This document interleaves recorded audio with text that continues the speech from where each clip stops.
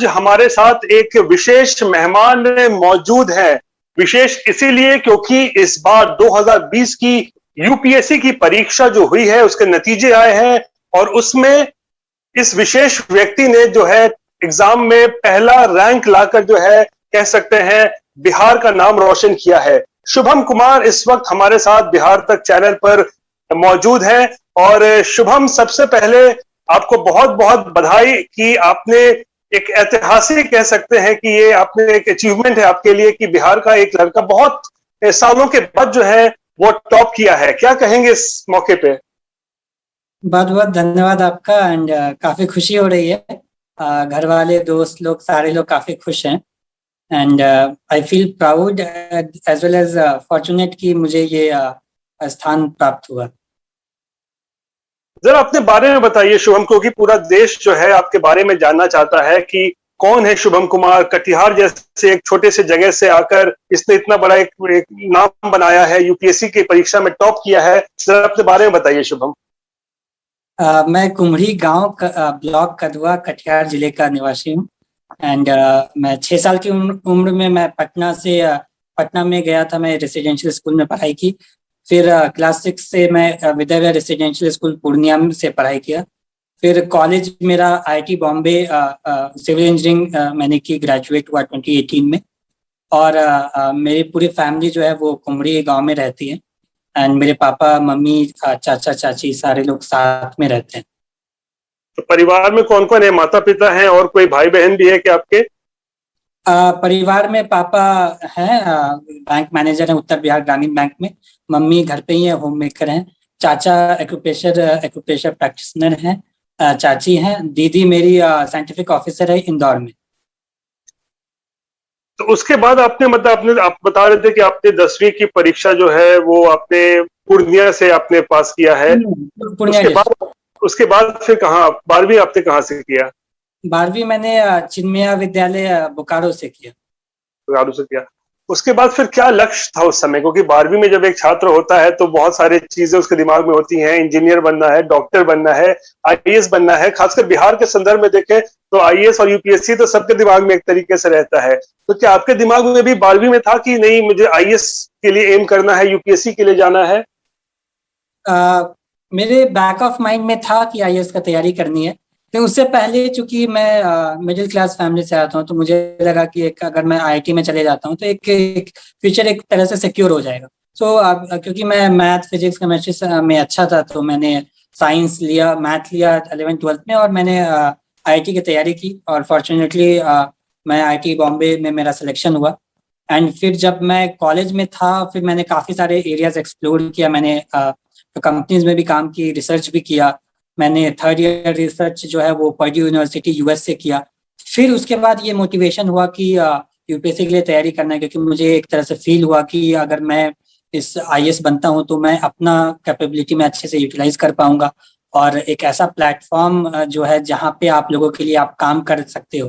तो ये मुझे लगा कि एक अच्छा एक कैरियर होगा और एक तरह से मुझे सेटिस्फैक्शन भी होगा कि अगर मैं लोगों के लिए कुछ कर पाऊँ। यानी आप जब इंजीनियरिंग खत्म कर रहे थे लगभग, तो उसी दौरान आपको लगा कि अब मुझे यूपीएससी के लिए भी तैयारी करनी शुरू करनी चाहिए? हाँ, वो मोटिवेशन पहले से था। गांव में लोगों को देखा जिस तरीके से लोग संघर्ष करते हैं। बट कहीं ना कहीं बीच में ऐसा हुआ कि मुझे लगा कि आईआईटी में जाकर के चीजें एक्सप्लोर करना, अलग अलग चीजों से देखना। फिर फाइनल ईयर में बिकॉज मैं सारी चीजों करके देखा कि हाँ मेरा इंटरेस्ट कहाँ लाई करता है। फिर ये मैं अपने आप को भी एक तरह से मैं अपने आप को भी जाना कि मैं जब एक लीडरशिप पोजीशन पे रहता हूँ, मैं जब लोगों के लिए काम करता हूँ तो एक अलग लेवल का मुझे सेटिस्फैक्शन मिलता है। तो वहां पे फिर मैंने डिसाइड किया कि मैं प्लेसमेंट में नहीं बैठूंगा और मैं फुल यूपीएससी का प्रिपरेशन करूंगा और उससे मैं इसमें एग्जाम निकालूंगा। यानी सिविल इंजीनियरिंग आपने की है 2018 में। आप बता रहे थे कि आपने 2018 में सिविल इंजीनियरिंग पास की। उसके बाद आप चाहते तो आप देश में ही या फिर विदेश में भी जाकर नौकरी कर सकते थे, मल्टीनेशनल कंपनीज में आप जा सकते थे, लेकिन आपने ऐसा नहीं किया। आप अपने सपनों को पूरा करने के लिए आपने उसकी फिर शुरुआत कर दी। हाँ जी, मैंने कंपनी में इंटर्नशिप किया था 2nd ईयर में। फिर 3rd ईयर में मैंने रिसर्च इंटर्न किया इवन पर्ड्यू से मुझे प्रोफेसर ने मेरे काम को काफी लाइक किया था, उन्होंने ऑफर भी किया कि तुम यहाँ पे आके एमएस कर सकते हो यूएस से।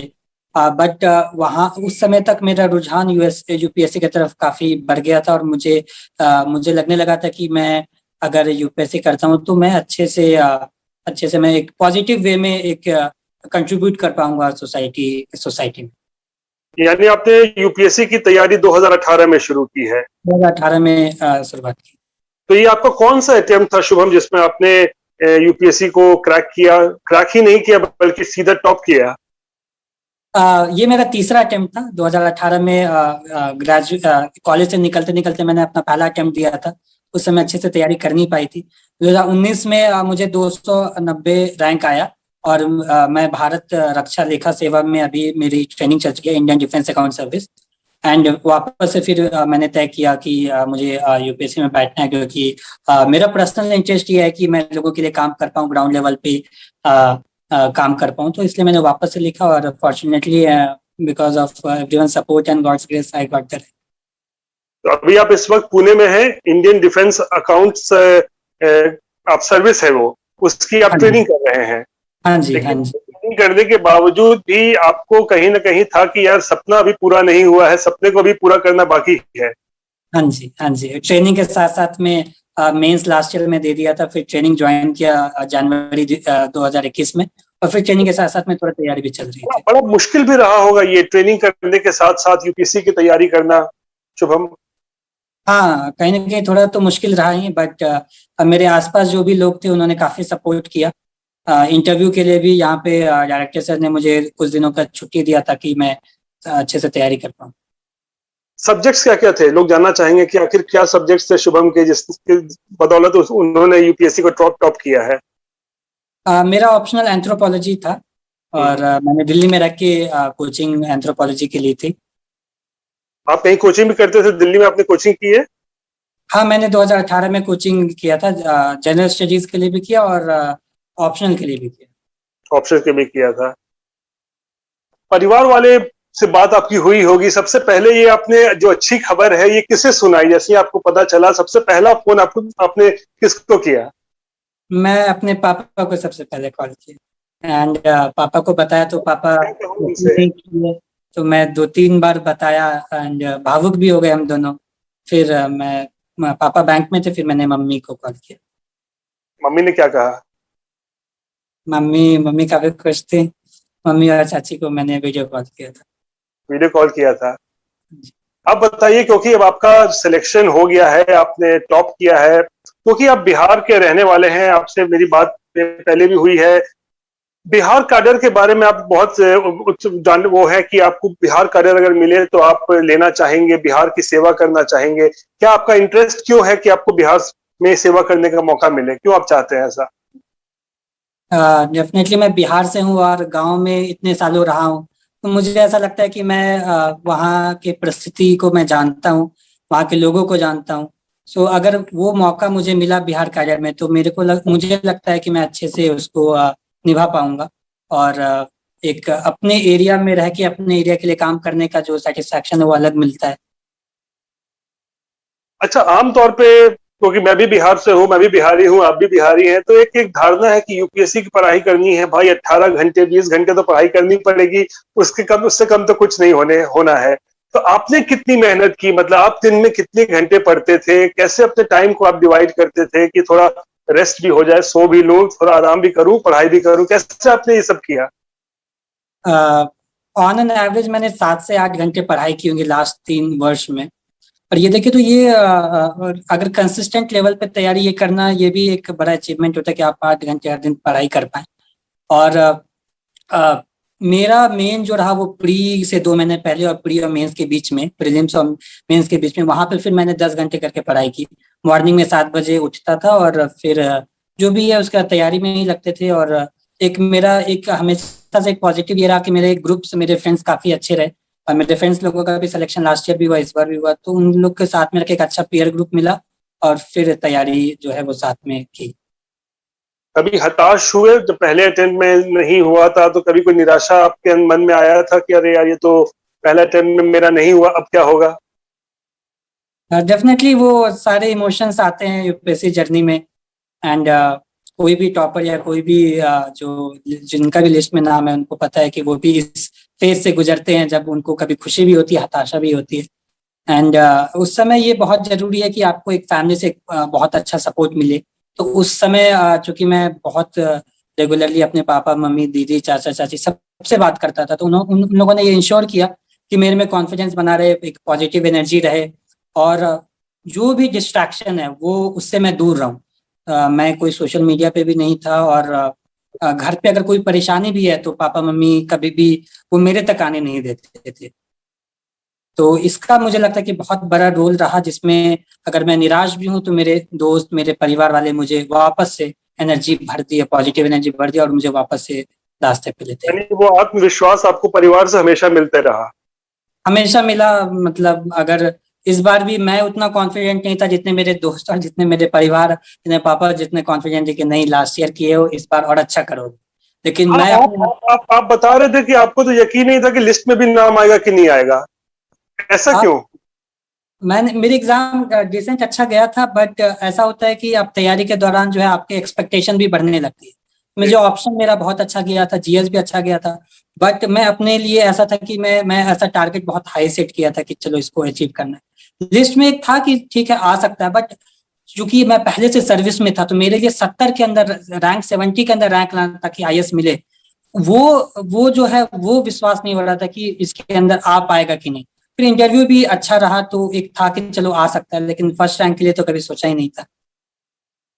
अच्छा, ये बताइए, क्योंकि आप बिहार से रहे हैं, बिहार में रहे हैं काफी वर्षों तक, क्या फर्क नजर आता है बिहार में? आज से अगर 10-15 साल पहले आप बिहार को देखते हो, अब आप अब के बिहार को अगर आप देखते हो और आप चाहते हैं कि बिहार का आर्डर मिले, बिहार में आपको सेवा करने का मौका मिले, तो बिहार में क्या परिवर्तन आप देखते हैं पिछले 15-20 सालों में, शुभम? मेरे ख्याल से बिहार बहुत तेजी से चेंज हो रहा है, और सकारात्मक परिवर्तन मैं देख पा रहा हूँ। एंड बिहार के लोग काफी एस्पिरेशनल है, यूथ एनर्जी काफी ज्यादा है लोगों में, वो अच्छे से अच्छे चीज करना चाहते हैं। तो आई थिंक बहुत ज्यादा पोटेंशियल है। एंड मैं ये कोशिश करूंगा कि अगर मैं किसी तरीके से अगर मैं कंट्रीब्यूट कर पाऊँ बिहार के डेवलपमेंट में, तो एक तरह से ये मेरे लिए एक बहुत अच्छी चीज होगी। तो आपके पास तो चॉइस होगा, आपको तो बिहार का आर्डर मिले, अगर आप चाहते हैं तो आपको तो ये मिल सकता है बहुत आसानी से, बिहार की सेवा आप कर सकते हैं आने वाले दिनों में, भविष्य में। ये अभी तय नहीं हुआ, ये डीओपीएनटी तय करती है। मैं अपना चॉइस दे चुका हूँ, मैं पहला प्रेफरेंस रखा हूँ बिहार का। अगर मुझे मिलता है तो आई विल से कि आई एम वेरी फॉर्चुनेट कि मैं जहाँ से हूँ वहाँ पे मुझे काम करने का मौका मिला। यानी आप तो बिहार कैडर के लिए आपने से वो प्रेफरेंस अपना दे दिया है? हाँ, ये मेरा पहला प्रेफरेंस है, मैं चाहता हूँ कि मुझे वो मिले। बहुत सारे मुख्यमंत्री से लेके उप मुख्यमंत्री तक ने आपको आज बधाई दी है, संदेश दिए हैं सोशल मीडिया पे। उप मुख्यमंत्री तारकिशोर प्रसाद तो आपसे बात भी की है, मुझे पता है। दोनों एक ही जगह से आते हैं, एक ही जिले से आते हैं, दोनों कटिहार से हैं। क्या कहा उनसे, क्या बात हुई डिप्टी सीएम से? उन्होंने बधाई दी और मैंने धन्यवाद कहा। एंड मैं बहुत धन्यवाद हूँ मुख्यमंत्री जी का, उप मुख्यमंत्री जी का, उन्होंने अपना टाइम निकाल कर मुझसे बात की। And it felt very surreal, मतलब विश्वास नहीं हो रहा था कि इतने बड़े लोग बात कर रहे हैं। I am very thankful to them, expecting कि मैं जो ये मुकाम हासिल किया हूँ मैं अच्छे से कंट्रीब्यूट कर पाऊँ इन फ्यूचर।